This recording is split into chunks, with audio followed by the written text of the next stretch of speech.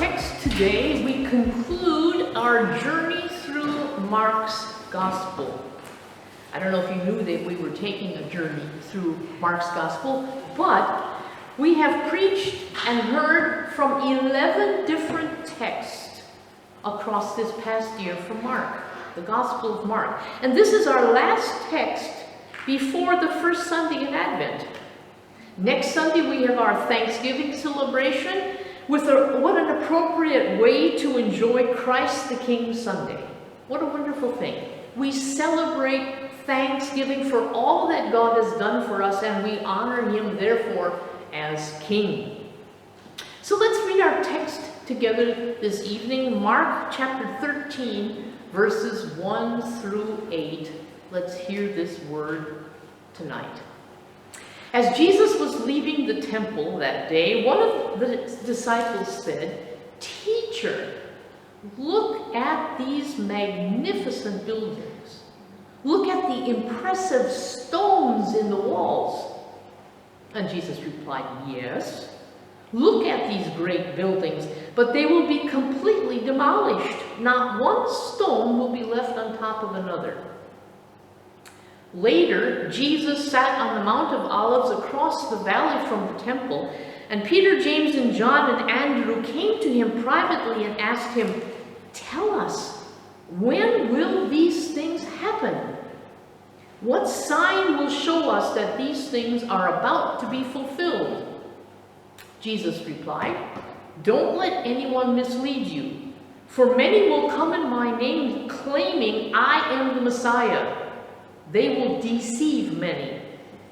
And you will hear of wars and threats of wars, but don't panic.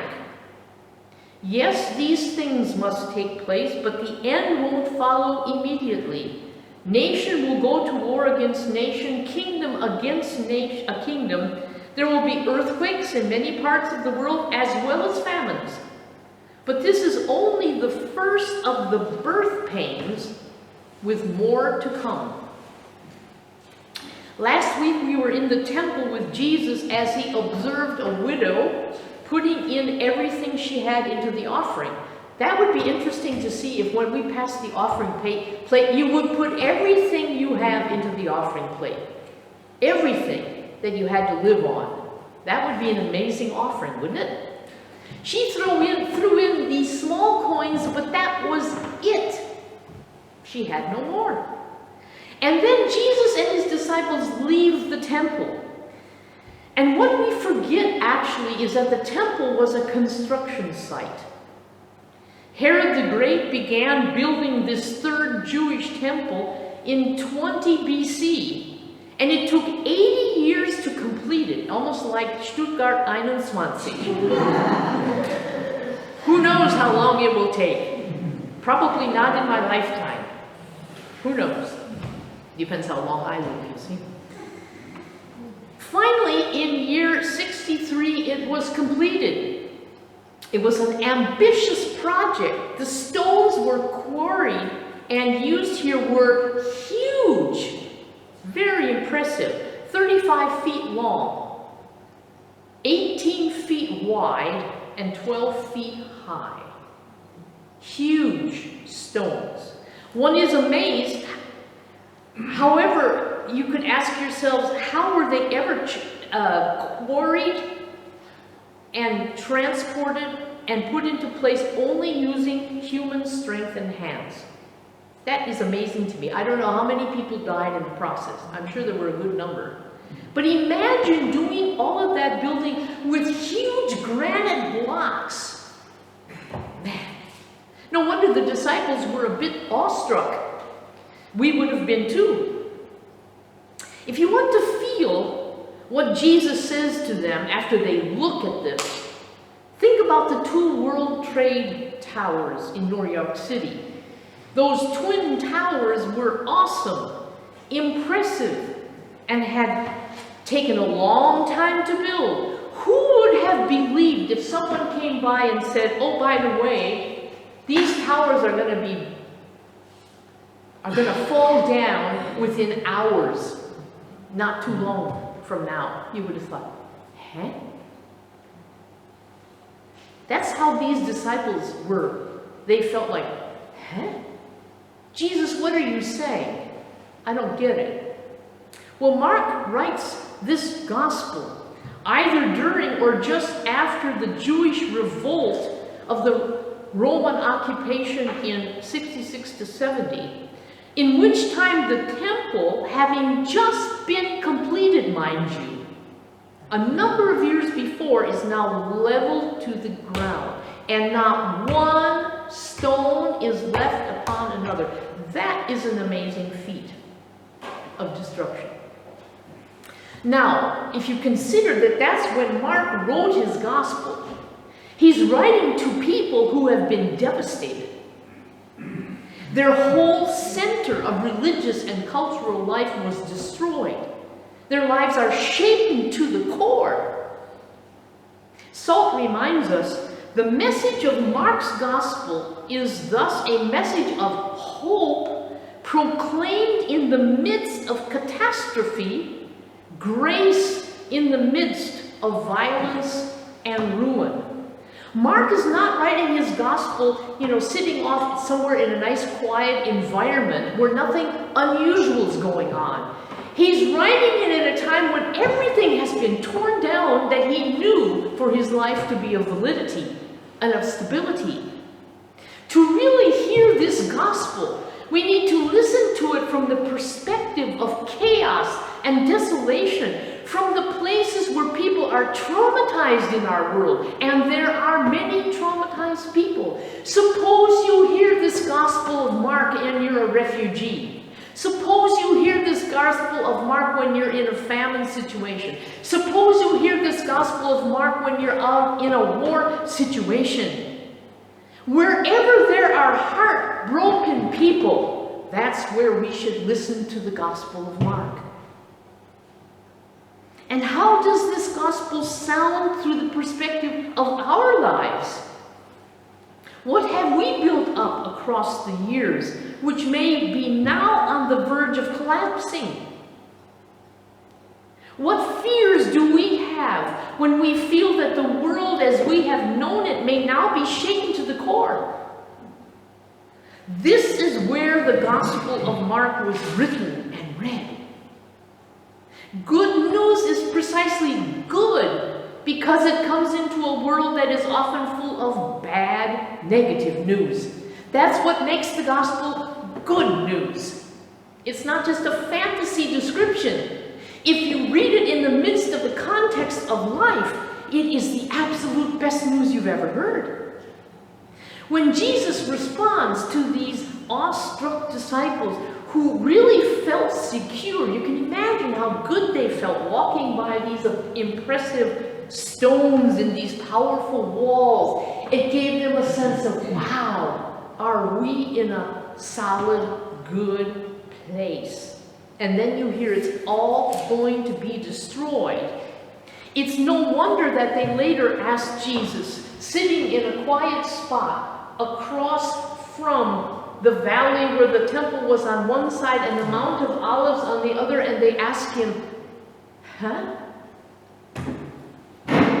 when will this happen? We would have asked the same question. And here Mark writes his short apocalyptic message. Jesus reveals, and that's what apocalypse means, it's a revelation. If you want to read, we went through the book of Revelation, and there's a lot of apocalyptic stuff there. If you read almost every gospel, there's a chapter at the end where Jesus talks about what will happen, what will come, what will take place before he returns. Jesus reveals what will happen, not only to the temple, but to the world before he returns. And there are more details in this chapter which we're not going to address tonight. They touch all sorts of time frames. It's always challenged Christians to figure out the chronology of this, which you can't. Neither simple, really, nor is it necessary to figure all of this out. Isn't that good news? Jesus says later, watch out, And since you don't know when that time will come, be on guard, stay alert, watch for him. So let's hear several things which this text says to us tonight, I think. You can challenge me afterwards. You can give me a response, by the way. If you don't agree, say so. Let's talk. Here's what I think. First of all, don't let people mislead you, Jesus says. In times of chaos and confusion, there are always powers that want to deceive people in the midst of the chaos. You don't have to look far in our world to know that. Deception leads to manipulation. You deceive people so you can manipulate them into doing what you want them to do because they're so afraid they're willing to hear your voice. Jesus said there would be people coming and using the hopes of the Messiah, the hopes of salvation, saying, I am the Messiah, as a way to take power over people. Keep alert, Jesus said. Watch out, Jesus said. Be on your toes, Jesus said. Keep an ear open, Jesus says. Jesus warns us as his followers. He warns us, be alert. If I am the Messiah, Jesus is saying, don't let anyone else down the road in history assume this role. A misuse of the phrase like Jesus says, and then put in your own content is a no-go. People can't just take Jesus' name or say, I'm a Christian, and then live opposite to what Jesus says and how a Christian should behave. That is an absolute no-go. And it should be a sign to everyone who has ears that it's a deception, it's a misuse, it's an alert flashing light. Warning, warning, warning.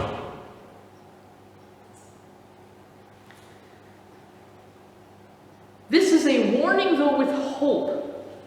You do not have to be deceived or misled. Isn't that good news? How is that possible, you might say? Well, stay alert and focus on the real Messiah. How did Jesus live? He lived in connection with the Father. So how shall we live? In connection with the Father. How did Jesus act? Out of the love that God had for the world. How should we act? Out of that same source of love given to us by the Spirit. Only love out of what the Spirit gives us is what matters. At the end of the day, hate will not win. At the end of the day, war will not win. At the end of the day, the only thing that counts, have you lived out of the love that God poured into your heart through the Spirit? That's what will count. That is only what will count. Any voices that disconnect people from the character and love of God is a fraudulent voice and needs to be avoided. Don't listen to such a voice, period. They have nothing to say to you that is true. Nothing. Don't let such voices mislead you. Don't be misled, Jesus says, and you don't need to panic. Jesus said you don't need to panic. This is a message of truth for all of us.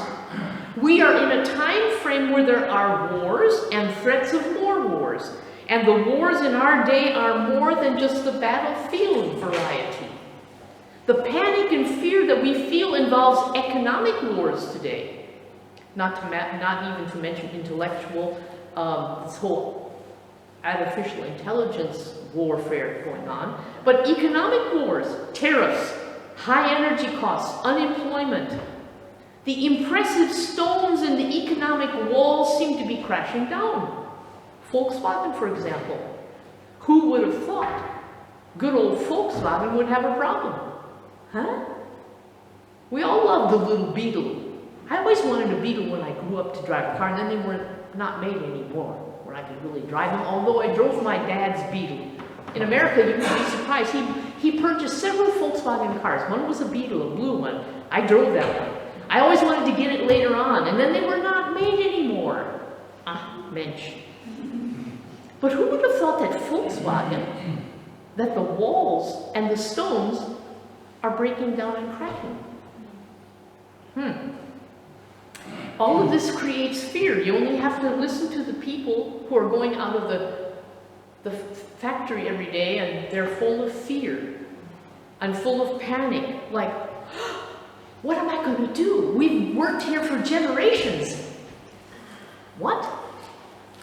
So what does this panic feel like? Well, it feels like the rug is being pulled out from under your feet. You lose your footing. You feel like you're falling into a dark hole, and you have no solid, secure footing anymore. So why can Jesus say, I mean, it's easy to say, don't panic. I've talked to people of panic. I say, you don't need to panic. They say, well, it's easy for you to say, don't panic. I go like, okay. Don't panic, Jesus says. Well, for one thing, he's telling us as his followers in advance of what will take place. These things should not surprise us, but confirm that Jesus wanted us to be prepared. You don't need to be full of panic when you know that this is coming. It brings our minds to the parable Jesus told about the two builders who built a house. One built on sand and the other built on rock. The home on the rock survived all the turbulence. And Jesus' word to us tonight is stay on the rock. Remain fixed to my words, Jesus said, and to my lifestyle, Jesus said. Knowing what will come helps us not to be overtaken by surprise, and knowing what will happen calls us to build our lives on a secure place. The rock. So don't be misled. Don't panic. The end isn't yet, Jesus said.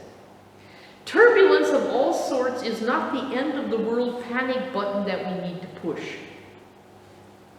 Jesus ups the ante even. He says there will be more. That's why the sermon tonight says more will come. There's going to be more than we imagined.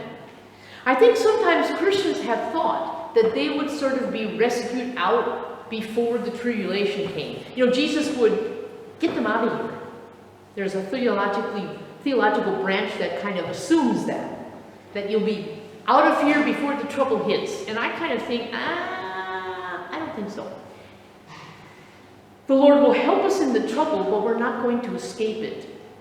And this is the challenge to us as Christians. Even when trouble comes, is to believe the promise. View the present through the promise Christ will come again. Keep yourself rooted properly. Jesus ups the ante. There's going to be more. Nation against nation, kingdom against kingdom. And in our times, political party against political party. Personalities against personalities. All this kind of divisive stuff. Plus natural disasters, and we see them all the time.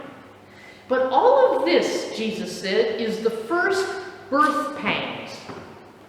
The first birth pangs. There's more to come. And the more, not just more disasters, which Mark provides us with, but something new is being born. Where there's a birth, something new happens. Not just an increase of the old, but something new comes. If we look ahead, and we will see where we're going this year, something new is being born, it's to strengthen us to know that God is behind the scenes working all the time. God is always working. And we look ahead to Mary, and we look back at our story about Hannah in the Old Testament. God was working out his good news lives of hidden people. I don't know, the film called Hidden Figures. I like that film. I don't know, how many saw Hidden Figures? Yeah, good number of you. I thought that was a fantastic film. Because it amazed me that all of these women were acting like computers before they were computers. And the ones who went to the moon depended on this one woman, a black woman, and they were all black women, by the way, which I find fantastic to begin with. Without her calculations, he didn't want to fly to the moon. Can you believe that? Hidden people. This is the good news Mark leaves with us. Yes, there are apocalyptic scenes, and we will see these things in our lifetime. Yet we don't need to be misled or fall into panic or join a frightful end of the world, the sky is falling in group of people. The good news is, and Saul puts it this way, God is on the move. God is on the move. Sometimes in deeply hidden ways, such that even now, a new era is dawning. Don't you want that? Even when we think, oh, everything could fall apart, what does falling apart and shaking loose mean? It means that that which is not able to be shaken remains, says Hebrews. All things can be shaken, but not that which is unshakable. And if we believe in a God who formed things out of the chaos, when he put light over the surface of the earth that was in chaos, do you not suppose that he can put light over the chaos in our times today? And all the people said, amen, yes. That is where our hope lies. Not in diagnostic skills about politics or even economics, although I listen to all the news. I keep up with it. I try to figure it out as best I can. I want to be aware, you see. Awareness means knowing what you can know, and then asking God what you don't get in all of this which you're beginning to know. There's something deeply hidden, a new era is dawning, and so we will experience birth pangs in all of our struggles around us. And I want to say to us all, now with all confidence, now is the time for us to get our feet on the rock and build a strong community so that we are able to face the difficulties that are coming towards us. We can only face them together by God's grace. Only face them together. And in the end, all around us, the end of all these things will be new life. So, Jesus says, keep awake. Notice the signs of hope, even in the midst of the chaos. Be surprised at the hopeful things you can see, even in the difficult times. Isn't that good news? I think that encourages me. And it sets us up for celebrating communion together. The rock is present. He's here. And that's the best news we've ever heard. And all the people said, Amen.